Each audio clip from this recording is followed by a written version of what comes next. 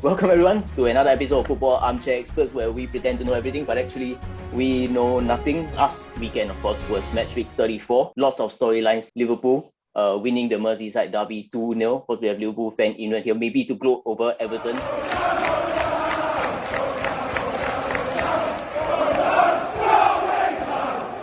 Manjun, of course, Brazilian samba performance. Joel Linton and Bruno Guimaraes combining for Newcastle's win over Norwich. He's lost it to Bruno for 3-0. Oh, it's absolutely beautiful. My club, Fulham. It's full time. They are officially a Premier League side. Fulham 3, Preston 0.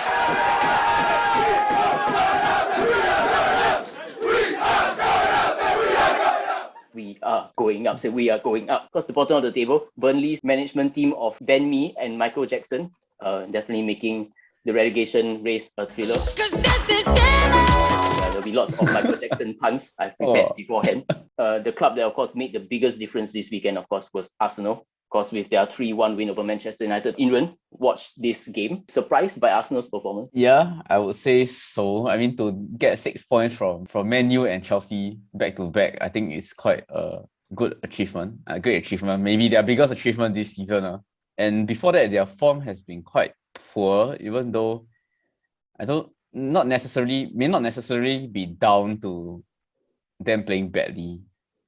I think it may be down to like squad depth and like certain key players getting injured. And then Man U is just a wreck, so it's not hard to conquer them as well. And I mean, when we watched the game, it was quite a competitive game. It's not like Arsenal steamrolled Man U or something, right? There was a bit of a back and forth, quite an open game, and both sides had chances. But I guess with Man U missing a penalty, they only have themselves to blame. Yeah, but so other than that, I think a good week for Arsenal. I think they look, even though I back Spurs, right? Arsenal seems to be back in the driving seat. Is it Mikel Arteta has got things right finally, or is it a case of like, it's a young team, they're always going to get this kind of inconsistencies? It feels like they're just fucking with us now. You know what I mean? The games so win, they don't win. Then they end up winning 2 random games that they're not supposed to win. I would say maybe it's their younger kids. So I guess it's easier to pump them up for like bigger games compared to like games against Crystal Palace. Emil Smith-Rowe and Bukayo Saka both scoring more than 10 goals this season. I think it's, quite a surprising and maybe a promising sign for Arsenal coming up. But, maybe have to ask Imran, let's say it doesn't matter about whether, let's say regardless of whether Arsenal finish in the top 4 this season, is this a good platform to build on next season where they maybe can cement their place in the top 4? I mean, if they get into top 4, I think it's the first time they would have done it in how many years? Has it been 10 years? No. Hey, you say that, I never know. Hey, not bad. No. 2015, 16. Oh, okay, yes. 7 years. That's the year. Depending on whether they get this time round. Yeah, that's the year Leicester won. Oh yeah. It's the one where they lost in a... they got third in a 2-horse race or something. Yeah. So not really a very big achievement for them. But still Champions League is Champions League, but yeah, Okay lah. I mean, 7 years is quite long. So I mean, the fact that if they really manage to get into top 4 against, I mean, I want to say strong competition, which they are supposed to be, even though there's like a lot of slip-ups. But in general, I would say the 4th spot is quite tightly contested. It's not just the traditional top 6 or top 4 teams. There's also a lot of like the other outsiders like West Ham or even Wolves, like, giving people a run for their money. Yeah, so I think there's definitely something to build on there, like, especially with their squad and how their young players have been doing well. So, I mean, if your young players are doing well, that means, I mean, it's only a good sign. It's not like they are going to decline anytime soon, right? It's easy for them to go from strength to strength. But I mean, we've been saying that a lot for Arsenal already. And I feel that they have also sort of peaked. It's like, this is like everything that they have. Because Arteta has been there for 3 years already? 2-3 years. And even Emery before that. And their squad has been like roughly the same, I would say. And it's been like up and down. I don't think there's like a very clear upward trajectory. So it's a bit hard to predict. Okay, but I guess maybe, based on upward trajectory, last few seasons, Arsenal weren't that close to the top 4. Like, of course, you have to say like Emil Smith-Rowe and Bukayo Saka were younger than 21. And I guess you can say Odegaard's a new purchase. Ben White has just come in this season. Aaron Ramsdale is more solid than Ben Leno. Maybe you can sort of see a little bit of upward trajectory. I mean, we won't expect them to like have the same redemption arc as Liverpool, like 4 years to get into the top four and then to eventually start challenging for the title. But I think promising times for Arsenal. But I guess, I don't think it's just AFTV, but a lot of pundits also are very confused about what to feel about Granit Xhaka. Have to ask Manjun, what do you feel about him? Like, is he a good player? Like, now a lot of Arsenal fans saying that he's man of the match and all that kind of thing. He's really put his weight this season. But also, he's most of the time being a pantomime villain, always getting sent off as well. I personally am a fan of him. Yeah, I feel like if you take him out of the Arsenal's team, like it seems like they're missing like a vet player around the young players. So I don't know who will replace him in terms of having that veteran presence if you don't have Xhaka. Because their squad is relatively new though, like most of the players are new. You can say Xhaka is probably one of the oldest players there in terms of the tenure. So you take him out, I think don't know who the hell is going to come in, replace him within the team. So I'm all for keeping him there. I don't know how well he plays, he can play like shit, but then like he's there for the leadership and crap that is needed to win games. Yeah. Like Imran said, of course, Arsenal in the driving seat for top four. I guess maybe one currently I wouldn't even say they're in the back seat, they're totally out of the car, Manchester United.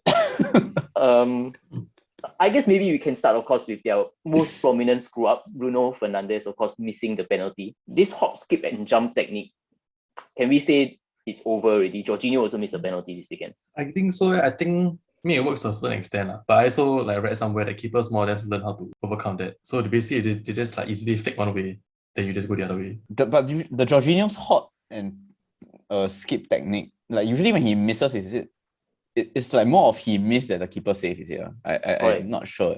Most of the time he will send the keeper the wrong way, but he will still miss. So a bit like Bruno's one, basically. He sent the keeper the wrong way, then he hit the freaking post.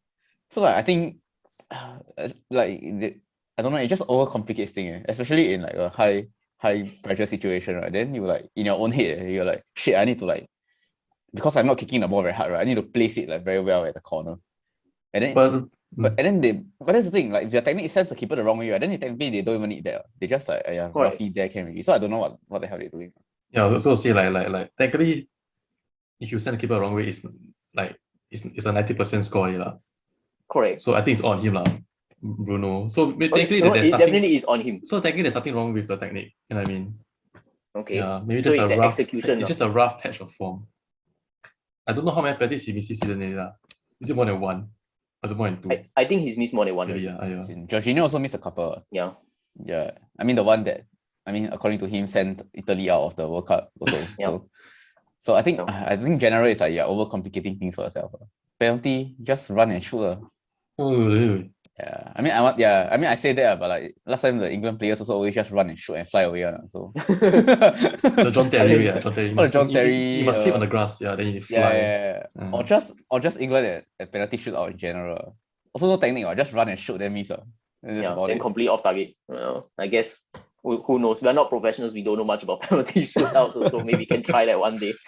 I guess in terms of Manchester United, what do you make of their performance though? Was it a better performance? I guess you can't really compare it against their Liverpool performance because Liverpool are a lot better than Arsenal. But can you compare the two Manchester United performances though? Was there some sort of improvement?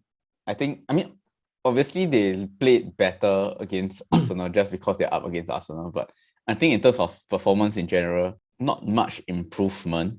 Okay, it's because against two drastically different opponents, it's hard to say. But in general, I think the standard is still the same. In terms of Harry Maguire being dropped, they still lost So correct.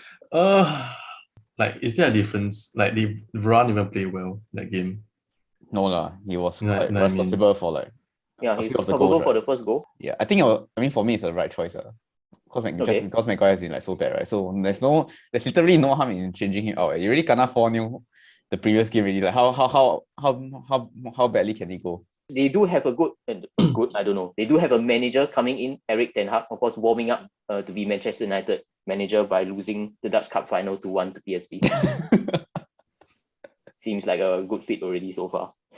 But I guess in terms of the other top four contenders, Spurs drew 0-0 against Brentford. Again, no shots on target. Is this Spurs completely fucking it up for themselves?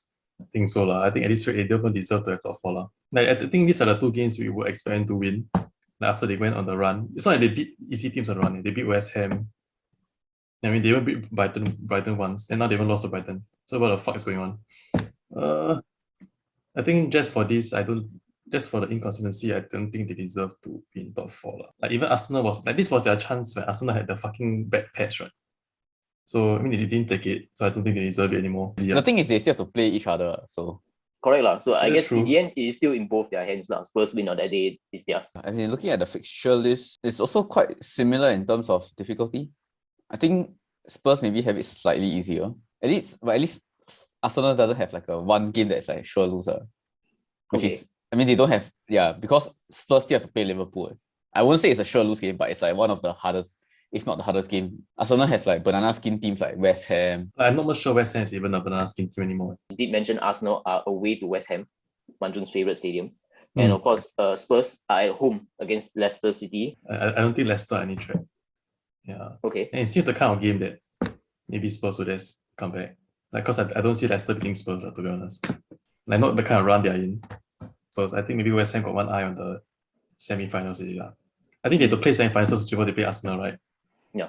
Probably. So I think it's gone. I think it'll be an easy win for Arsenal. I think it'll be 2-0 each side. I will assume now they have to go all in on the Europa League already. Because that one is like not only do you win a cup, you get a Champions League position, which they can't get really, the Champions League position.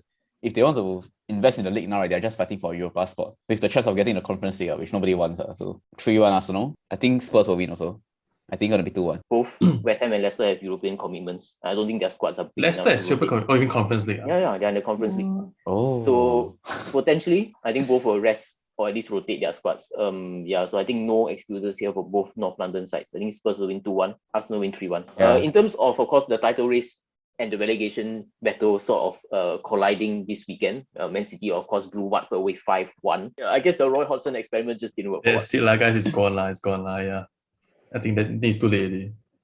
But if you want to, how many points are they? They are 9 points back. 7 points behind Everton.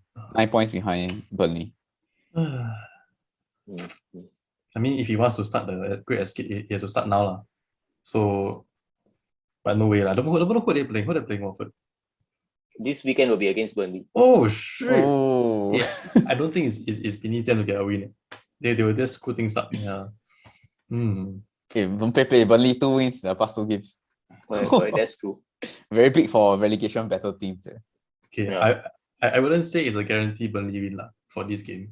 In terms of Yeah. Burnley, of course, like you rightly pointed out, back-to-back wins, 7 points in 3 games under Michael Jackson. So,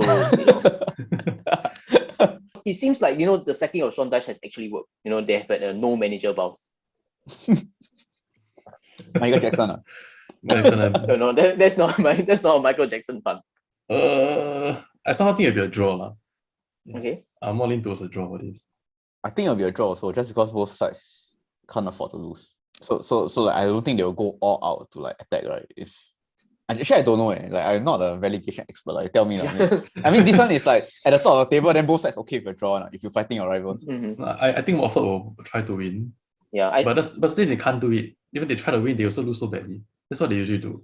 I think this is as close to a last chance for Watford already. They don't win this. I think they're already looking like they're gone, but they'll be absolutely gone if they don't win this. So I think for Watford, it's definitely a must win. But yeah, somehow I have a bad feel. Well, I don't know about a bad feeling, but I think Burnley will win this 2-1. In terms of the other relegation battling side, I think this is the first time they've dropped in the bottom 3 in a long time. But this is getting real for Frank Lampard already. 2-0 loss to Liverpool. Although it was sort of a battling performance in the Merseyside derby. Iran did watch this. Of course, he will have watched this. What do you make of Everton's performance? Yeah, first of all, couldn't have happened to a better manager and team. Okay. I mean, being in the relegation zone. I don't really like Frank Lampard. He like always them salty at the sidelines, then like to complain and then like shout at people, then like talk so much cock, then in the end, see ya, bring Everton to the relegation zone. So good matchmaking in heaven, both of them sucking together. Okay. Yeah. Like Okay. Liverpool fan. Yeah. Okay, back to the game. I mean, Everton sinking to new lows. They were never this dirty last time. I mean, they were combative and then like injure our players or that. But this time around, they really, from the first minute, I tried to waste time really. It's like, from the first minute, Richarlison really rolling on the ground. I think the first half he rolled on the ground like 5 times. Then I think the last time was the one where like Liverpool didn't stop the play. or like the referee didn't stop. Because a few times the referee like blew the whistle. Then the last time nobody gives a shit already. And then don't know why the Everton players angry. Then after that, almost file. So that was, I mean, it makes for a good spectacle. And I mean, I guess that's how a derby should be like, right? It should be like combative, even if one side isn't up to standard.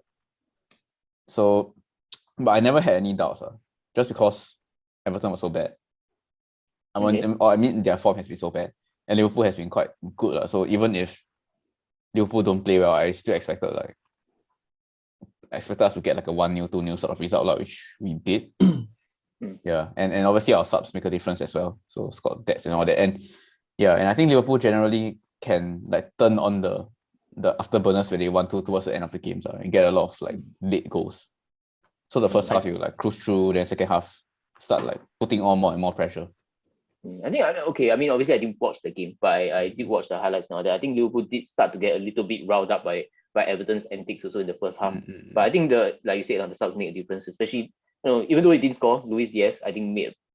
I mean, hard to say he made a bigger difference than the two scorers, but I think it was a lot of his running against the Everton defense that made a big difference. They had to drop a lot further back. They panicked a little bit more in the box also. Of course, it was his assist that led to Divock Origi's goal. But I guess I have to ask Manjun, if you're in a relegation battle against a title, a side going for the title, you want to sort of see your side at least put up a fight. Either that, or you can just conserve your energy for games that you can actually win. Okay. So, okay lah, they barely played the ball, so I would say they they conserving energy already. Okay. It means like you're better prepared for the next game, which is Chelsea, but then you can lose that one also. You can be prepared for the Leicester one instead. Just like planning which team to lose already. But looking at Everton's fixture list, it isn't that easy either. Can you really? And I you're think running out of games. once past Chelsea, I think it's decent. They have 4 games which they can win. Okay. Yeah. So, and I wouldn't put it past them to actually win all 4 games. Somehow, somewhere, got a great escape. So, wow. Okay. Yeah. A lot of faith in Everton. Okay, I mean, I would say the way they play against Liverpool is quite appropriate. Like they didn't go there to win. They just go there not to lose. And I try to waste as much time as possible and all that stuff, which is, and like playing extra defensive, which all of it I think would be quite energy conserving, not really pressing or running around, right? You just like sit back and then wait for people to attack. Will it be actually quite sad to see Everton go? There's no room for nostalgia in this league. So okay. Yeah, I mean they have been around for so long. I mean, it's always nice to win them, especially when they have all these big tricks, like basically playing like Atletico Madrid. So I mean, it's fun while it lasted, but not gonna miss them when they're gone. Okay, I guess a bit similar to Manjun, of course, bidding Sunderland goodbye. But I guess it's slightly interesting. I think this would if Everton go down, I think this would mean that the only derbies in the Premier League other than the Manchester derby are all London derbies. Which is not really a derby. Sorry? Which is not really a derby. What? Which one? Manchester or London? Like London derbies. So fucking big. Well, depends. North London. North London people would say West Ham would like to think that their London derbies are important, but nobody really cares about West Ham. Yeah, I mean, but I think the fact that even this regarding the Liverpool allegiance, right? I think the fact that Everton dropped all the way down into a relegation battle makes for quite an interesting end to the relegation fight. Like towards the end of the season, even for neutrals. I think most neutrals, or like at least EPL enthusiasts, will be like watching in anticipation, right, to see what they do. Like, do they get out? Do they not get out? If it's just another random team, nobody gives a shit. It's like Burnley go down, Leeds go down, Crystal Palace. I think nobody cares. But it's like, but because it's Everton, right? I think it's interesting for everyone in general. If Everton get relegated, is this as big as when Newcastle first got relegated? It's not for me, but I wouldn't think so. Like, I'm not too sure. So Newcastle going down the first time was bigger news. I guess if you go on the streets of Singapore, I guess more people hear of Newcastle than Everton. So okay, I'm not sure, but okay. Yeah, I'm not sure.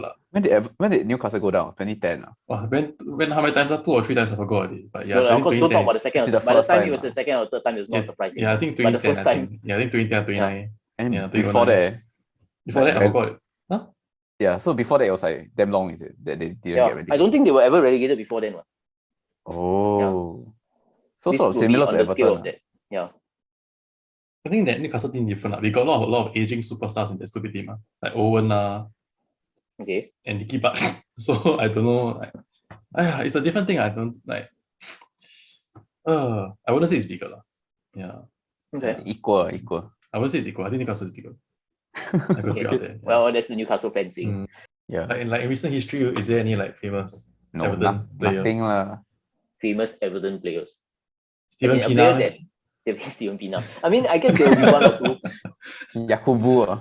That one I think it's more Middlesbrough than Everton, that guy. That's true. Yeah, Everton. I guess Tim Cahill. Oh yeah, Tim Cahill. How can I forget? Oh yes, of course. Oh yes. Trying to think.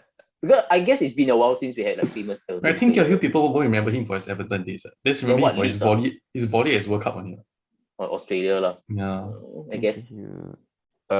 Who's their keeper? They got like this keeper for damn long, right? Oh, Tim Howard. Tim Howard. I thought the one before Tim Howard. So very The one before Tim Howard? Yeah. Nigel Martin, is it? Or Lee Martin, something like that.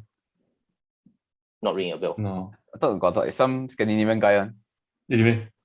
Oh, you see Escalana, that's Bolton. Yeah. That one not Bolton, meh? Yeah, that's Bolton. Shit lah. Too long ago. Oh, no one knows Everton players. Fucking Leon Osman, no one knows who they are. Leon Osman is a pundit, not a very good one, but still. If Leon Osman is listening. Everton at home against Chelsea, like Manjun said, this is a game, maybe they should conserve their energy. So what kind of result would that be? I think 2-1 2-1 Chelsea. 3-1 for me. 2-0. I guess let's finish with the title race in terms of our predictions. We start, of course, with Liverpool away to Newcastle. Newcastle on a 6-game winning streak at St. James's Park. Sick, boys, sick. Is this potentially the banana skin that Man City will be hoping Liverpool get? Oh, Newcastle are nice in the league. What the hell? You believe it? From relegation better to the top half level. Mathematically, right, it's possible for Newcastle to qualify for Europe. For Conference League. Hell the fuck. Oh my god. No lah. I mean, I think that was what people said about who Liverpool faced a couple of teams that were on like a very long run, right? Arsenal. That time they were on like a 7-game winning streak or something, or like unbeaten streak.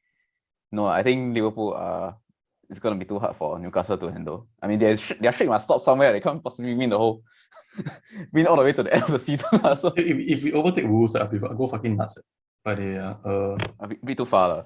Bit too far. That's like if we do you have to win 4 games. They have to lose all their. I don't know lah. I think our recent record against Liverpool is not as bad as what I thought lah. Okay. We got some decent draws here and there. So, I think overall no lah. I think if Liverpool are title chasing, I don't think we can stand a chance. I think I go for 3-1. 3-1 Liverpool. Uncomfortable 2-0. But they'll frustrate Liverpool for sure. I think it'll be a late Liverpool winner, 1-0. Yeah, I think that is it for the Premier League. Yeah, in terms of our predictions for match week 35. Of course, there's a little bit of a championship update. But what else am I going to say? Obviously, Fulham are already up. Of course, we clinched promotion with a 3-0 win over Preston. All goals scored in the first half. Mitrovic, 41 goals in 41 games now. Yeah, but we couldn't clinch the title during the weekend. We drew 1-1 with Bournemouth with a last-minute penalty by Dominic Solanke. Potentially going for the title again this coming Wednesday. Yeah, Fulham against Nottingham Forest. Actually, we have a very tough run-in. We are facing all the playoff teams. But it doesn't matter. To be honest, I think I'm okay if we're finishing second either. In fact, better if we lose to Forest and get Forest up instead of Bournemouth. Scott Parker.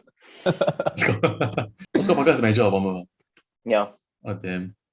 Forest are the only team that can catch Bournemouth now. So say for example, if Fulham lose to Forest and Bournemouth lose to Swansea, I think the gap will be like 1 point or 2 points. Then you never know. I think Bournemouth's run-in also quite difficult. Interestingly, if Everton go down, a lot of the bigger teams in the championship are getting their act together. It'll be a tough ask for them to come back up. First time asking. There'll be Blackburn, Middlesbrough. If Sheffield United don't come up, let's say if Forest don't come up also, there's quite a lot of big names all challenging for promotion. Fulham also linked with a lot of different players. Always linked with everybody here, there, everywhere. Wow. Better than nothing. I'd rather be linked than not linked at all. Hopefully, Mitrovic can convince Milinkovic-Savic. Oh my god, that'll be the cool. Well, if that happens, right? Top 10 next season. It's like Audrey Schürrle all over again. Let me tell you. That's true. That didn't go well. Oh my god. But this is Mitrovic's like best season. Yeah, I think so. Yeah. Or has he been getting similar numbers? Maybe now it's like his peak. So I think previously was like maybe he would at least score 20, but 41 is different level lah. I don't know. I think obviously we will give him a chance because obviously without him, I think there's a stat without Mitrovic we'll be bottom of the championship. Ooh, MVP, another player of the year. So he single-handedly carried your team. Right, correct. I mean, if you take his goals out lah, yeah, because he's not only scored goals, he's also scored winners also. So he's made the difference lah. And Fulham not really rolling in money also, right? 2 previous times we came up, 100 million, we spent 100 million one, but we anyhow spent 100 million lah. So Oh yeah, you changed half the squad, then in the end, like, no Andre cohesion or Schürrle something. though. Andre Schürrle though. Yeah. I thought your yeah, Kapu Andre survived. Schürrle, Jean-Michel Seri. Yeah, Andre Schürrle sounds like a good buy. He's a good buy. Yeah, a lot of these were theoretically good buys. Like we beat Barcelona to the signing of Jean-Michel Seri, then he didn't do anything. So, Beat Barcelona. like we came out through the playoffs. So like when we're buying all the players, they all come in too late. Like the first few games already played already. So hopefully this time with a longer runway, maybe things will be better. Yeah, we'll see. Of course, that would mean that all 4 pundits in our show would be once again back in the Premier League. So I don't know if that means no more championship updates. Probably no more. But Maybe from Everton, you never know. So hopefully you've enjoyed our review of Match Week 34 and our preview of Match Week 35. Even though we know nothing, hopefully today you've learned something. See you again next week. Bye-bye.